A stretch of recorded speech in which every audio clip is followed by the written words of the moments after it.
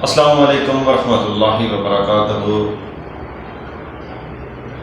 اس video میں جیسے کہ آپ نے تھمبنیل پہ پڑھا، ایک ہندو لڑکا جو ہے وہ ڈاکٹر ذاکر احمد صاحب سے پوچھتا ہے کہ کافر کسے کہتے ہیں؟ کافر جو اسلام کو نہیں مانتا اسے کہتے ہیں، یا جو اللہ پاک کو نہیں مانتا، یا پھر کافر اسے کہتے ہیں؟ تو ڈاکٹر ذاکر احمد صاحب نے جو ہے نا بہت ہی اچھا جواب دیا اس کا، اور چلتے ہیں آپ بھی دیکھیں، اور بڑا زبردست انہوں نے جواب دیا۔ ویڈیو کو کرتے ہیں پلے۔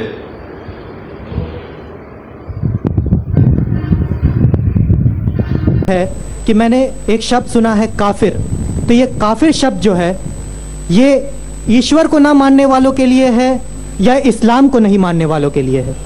بھائی کا بہت اچھا سوال ہے۔ سوال تو ہمیشہ پوچھتے ہیں کافر کیا، اس کا سوال ذرا اور اچھا ہے ماشاءاللہ بھائی صاحب کا، کہ کافر کا مطلب وہ جو ایشور کو نہیں مانتا ہے، کہ کافر کا وہ مطلب ہے جو اسلام کو نہیں مانتا ہے؟ کافر کا صحیح مطلب ہے جو صحیح ایشور کو نہیں مانتا ہے۔ اگر آپ غلط ایشور کو مانتے تو بھی کافر ہے، اور صحیح ایشور کا مطلب آپ کو اسلام میں ہی ملے گا۔ اسلام کے معنی ہے اپنی خواہشیں ایشور کے حوالے کرنا۔ تو وہ آدمی جو اپنے خواہشیں ایشور کے حوالے نہیں کرتا ہے اسے کہتے کافر۔ اگر ایک شخص کہتا ہے میں ایشور میں مانتا ہوں لیکن ایشور کی بات کو نہیں مانتا ہے تو بھی کافر ہوتا ہے۔ آپ سمجھ رہے نا؟ تو مسلم کا مطلب یہ نہیں کہ جس کا نام سلطان ہے، ذاکر ہے، محمد ہے۔ مسلم کا مطلب وہ شخص جو اپنے سارے خواہشیں ایشور کے حوالے کرتا ہے، اس کو کہتے مسلم۔ اور جو اپنے خواہشیں ایشور کے حوالے نہیں کرتا ہے اور کہتا ہے کہ ضرورت نہیں ہے، اسے کہتے کافر۔ تو اگر آپ کہیں گے کہ میں ایشور کو مانتا ہوں، بت پرستی نہیں کرتا ہوں، لیکن پھر جو ایشور کا کہنا نہیں مانتے اور بولتے ضروری نہیں ہے، تو اسے کہتے کفر۔ کفر عربی لفظ ہے جسے کہتے چھپانا، ٹو کنسیل، یا ریجیکٹ کرنا، نہیں ماننا۔ تو اگر آپ ایشور کی بات کو بھی نہیں مانتے تو بھی آپ کافر ہو جاتے ہیں۔ آپ مطلب کوئی بھی شخص، نام چاہے عبداللہ ہو، سلطان ہو، راجیش ہو، یا رامو ہو، کچھ بھی ہو، اگر وہ ایشور کی بات کو جھٹلاتا ہے، ریجیکٹ کرتا ہے، اسے عربی میں کہتے ہیں کافر۔ بے شک۔ اور میں یہ بھی جاننا چاہوں گا، جب میں نے اسلام کے بارے میں جاننا چاہا تو میں نے اسلام کے بارے میں کچھ جو بھی جانا، تو اس میں مجھے کہیں ایسا لگا کہ یہ سچ نہیں ہو سکتا۔ اسی لیے میرا یہ مسکنسیپشن ہے، یا یہ صحیح ہے، میں یہ آپ سے جاننا چاہوں گا کہ ایسا مانا جاتا ہے کیا اسلام میں کہ جو اسلام کو نہ مانے یا جو کافر ہے اسے مار دیا جائے، کاٹ دیا جائے، اس کے فیملی کو لوٹ لیا جائے؟ کیا یہ کس حد تک سچ ہے، اور کیا اس کو اس دنیا میں جینے کا حق نہیں؟ ماشاءاللہ بھائی صاحب نے بہت اچھا سوال کیا۔ وہ کہتا ہے کہ مجھے یہ غلط فہمی ہے، اور لگتا ہے کہ غلط ہے، کہ اسلام میں کافر کو مار دینا چاہیے، کاٹ دینا چاہیے۔ آپ کو کوئی بھی مسلمان نے مارا یا کاٹا ہے نا؟ آپ ماشاءاللہ صحیح سلامت ہے، الحمدللہ۔ آپ کو کس نے مارا، کاٹا؟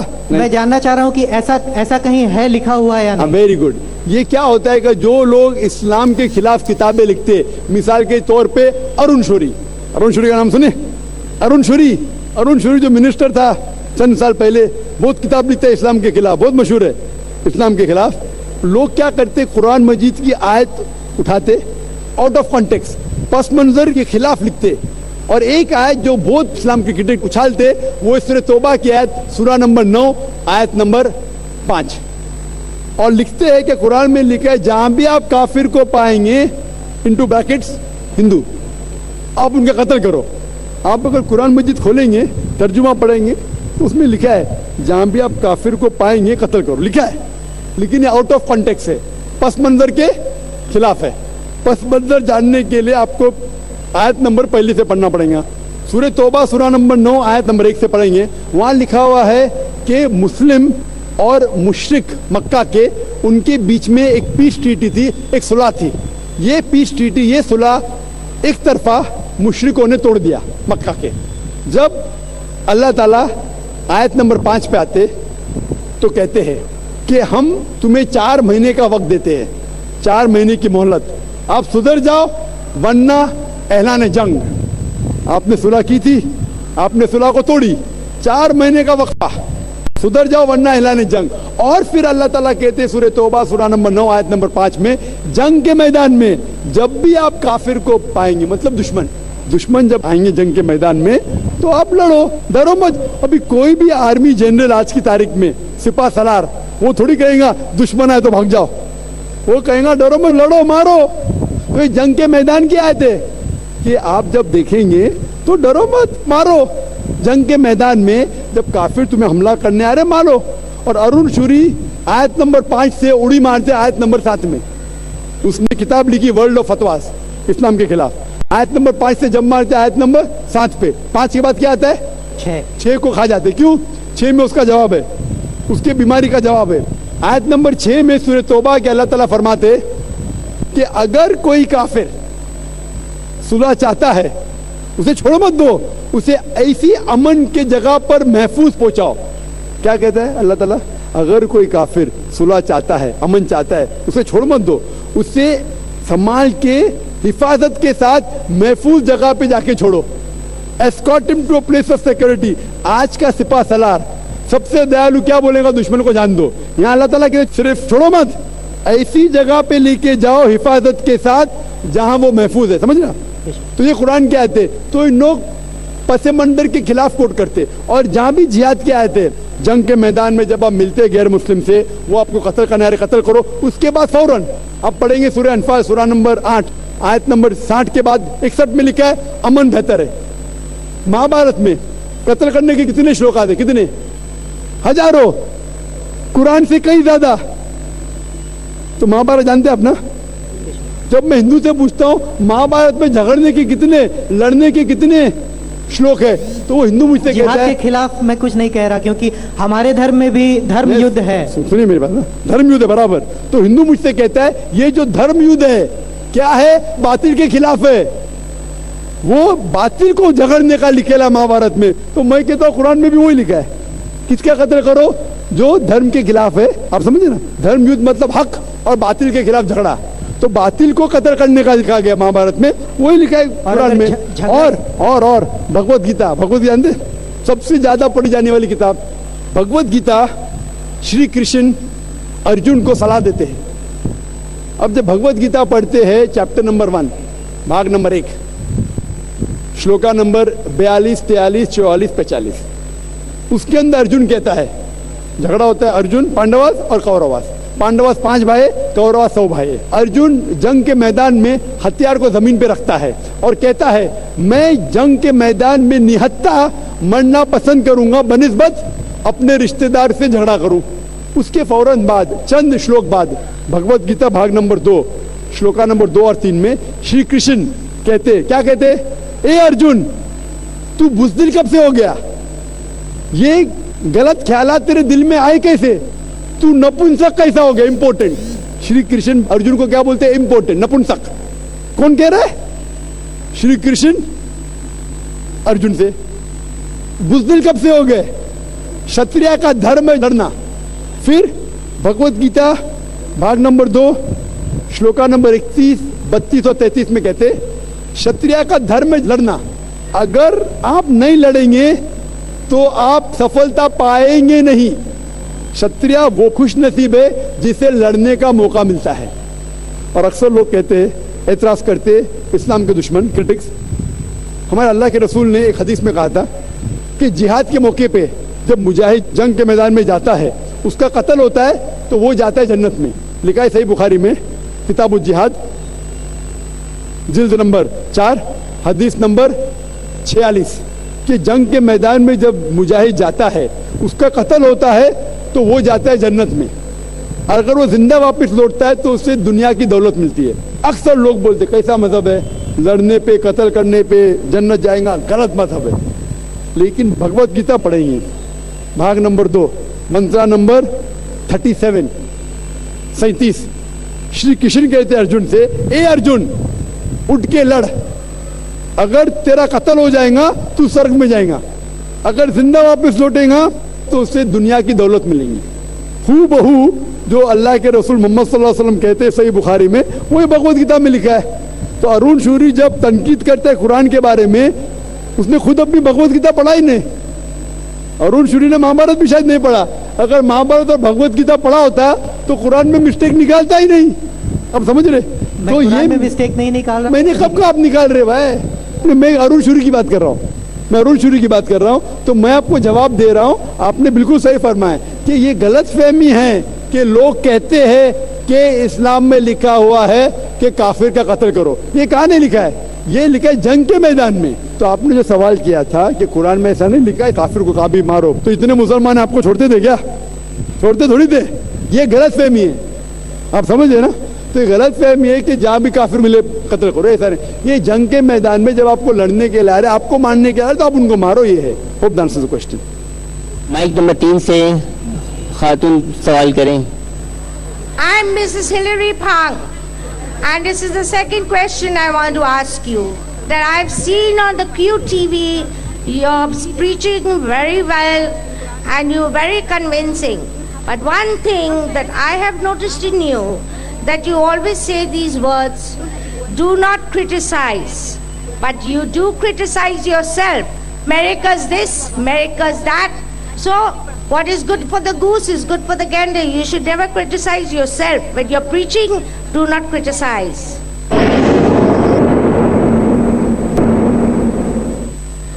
I'm Mrs. Hilary Phang, and this is the second question I want to ask you. That I've seen on the QTV, you're preaching very well and you're very convincing. But one thing that I have noticed in you, that you always say these words, do not criticize, but you do criticize yourself. America's this, America's that. So what is good for the goose is good for the gander. You should never criticize yourself. When you're preaching, do not criticize. Sister has asked a question. She said she sees me on QTV, she's impressed with my talk, but one thing she has objection. I say don't criticize. Never did I say that don't criticize. I say that when I'm giving a talk on similarities, I'm not criticizing. I never tell people should not criticize. The Quran says if people are wrong, correct them. When I have to correct them, I have to criticize them. I never said that I don't criticize. What I say, that normally when I'm giving a talk on Islam and comparative religion, that time my main aim is not to criticize. So when I'm speaking about America, America is not a religion. America is bad, I have to say it is bad. If I don't say, then I'm not a good Muslim. Quran says in Surah Isra, chapter number 17, verse number 81, وَقُلْ جَالْ حَقُّ وَذَاقَ الْبَاطِلِ إِنَّ الْبَاطِلَ كَانَ زَهُوقًا. When truth is heard against falsehood, falsehood perishes. For falsehood is by its nature bound to perish. So we have to speak the truth. Jesus Christ, peace be upon him, said in the Gospel of John, seek ye the truth and the truth shall free you. So we have to speak the truth, sister. At the same time, we should not go out of the way to criticize any religion. But when we are asking a person to come on the straight path, he may think it's a criticism which Islam gives permission, even Bible gives permission, sister. So please don't misunderstand. I never said no one should criticize. But many a time when I give my talk, my aim is not to criticize, my aim is to come to common terms, sister. Hope that answers the question. मैं रिंटा सरदार, मैं सातरागाछी से आया हुआ हूँ. मेरा question है, اپنا پیشہ بتلائیں. मैं एक व्यवसायी हूँ. जाकिर नायक से मेरा क्वेश्चन है, हर धर्म में ये बोला गया है शादी करने के लिए लड़का और लड़की को प्राप्त वयस्क होना चाहिए, यानी बालिग. तो दिखा गया है और ये भी कहा गया है मुस्लिम लोगों के लिए कि मुस्लिम लड़का और लड़की को शादी करने के लिए घर के बुजुर्ग से इजाज़त लेना पड़ता है. मगर अक्सर देखा जाता है कि ये बालिग घर से भाग के अपना बुजुर्ग से इजाज़त ना लेके दूसरी जगह जाके शादी करता है, और वो शादी होता है किसी मस्जिद या किसी इमाम के पास. ये सही है या गलत? भाई साहब का दो सवाल था. पहला सवाल कि इस्लाम में शादी होने के लिए लड़का और लड़की बालिग होना ज़रूरी, बेशक बालिग होना ज़रूरी. दूसरा सवाल कि आजकल बहुत से नौजवान बालिग लड़का लड़की घर से भागते हैं. ये ज़रूरी है कि माँ बाप की इजाज़त लेना चाहिए शादी के लिए, भाग के फिर मस्जिद में शादी करते, कहाँ तक सही है? भाई साहब, इस्लाम में माँ बाप की इजाज़त फ़र्ज़ नहीं है, बेहतर है. अगर आप वालिदैन की इजाज़त लेके शादी करते हैं तो बेहतर है, फ़र्ज़ नहीं है. ये मैंने मेरे तकरीर में भी कहा हूँ. तकरीर में कहा हूँ कि अल्लाह के रसूल ने कहा, सही बुखारी में जिल्द नंबर 7 किताबुन निकाह बाब नंबर 43 43, हदीस नंबर 69 69, एक औरत आके अल्लाह के रसूल से कहती है कि मेरे वालिद ने मेरे मर्जी के खिलाफ मेरी शादी एक मर्द से की, अल्लाह के रसूल ने शादी तोड़ दी। तो वालिदैन की इजाज़त फ़र्ज नहीं है, लिए तो बेहतर है, फ़र्ज नहीं है, मैंने तकरीर में भी कहा। लेकिन अगर लड़की चाहती है कि मैं शादी नहीं करूं तो कोई भी वालिदैन उससे ज़बरदस्ती नहीं कर सकता, ना बाप ना माँ। अगर लड़का चाहता है कि मैं शादी नहीं करूं तो कोई भी ज़बरदस्ती नहीं कर सकता। अगर मियाँ बीवी राजी तो क्या करेगा काजी? तो अगर मियाँ बीवी राजी है लेकिन सही तरीके से, लफड़े करके बाहर भागना नहीं चाहिए, वो हराम है इस्लाम में। होता है कि नौजवान लोग कॉलेज में मिलते हैं, लफड़े करते भागते, वो भी गलत है, वो भी गलत है। अगर लड़का लड़की मिलते कॉलेज में, दिल लगाया गधी से तो परी क्या चीज़ है, ये कहावत है। तो क्या होता है, इन लोग हिजाब को तोड़ते, पिक्चर देखने साथ में जाते, मस्ती करते, प्यार हो जाता है, फिर घर से भागते, तो वो भी गलत है। आप समझ रहे ना? तो अननेसेसरी बिना कोई वजह लड़का लड़की का मिलना बाहर नामहरम, ये हराम है। अगर कोई जानते अच्छा लड़का है कि सुना है आपने का अच्छा लड़का है, इज्जतदार है, तो उसे पैगाम पहुंचाओ सही तरीके से, अपने वालिद के थ्रू उसके वालिदैन को पहुंचाओ, मिलो, बात करो, तहकीक करो, नो प्रॉब्लम। लेकिन अकेले जाके गार्डन में बैठना, थिएटर में बैठना आखिरी रो पे, ये सब हराम है। सही तरीके से पसंद है, शादी कर सकते, दोनों राजी है तो शादी कर सकते। Hope the answer the question.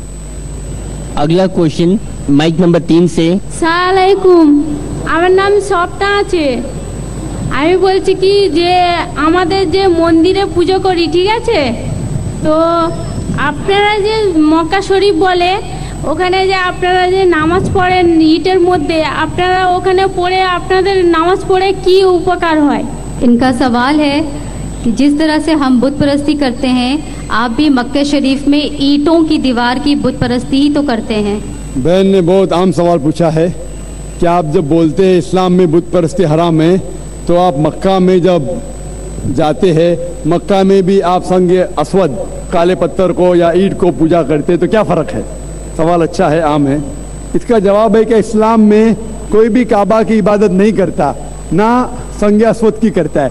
काबा हमारे लिए किबला है, एक दिशा है। हम जब नमाज पढ़ते हैं, हम मानते हैं इन कांग्रीगेशन, जमात में।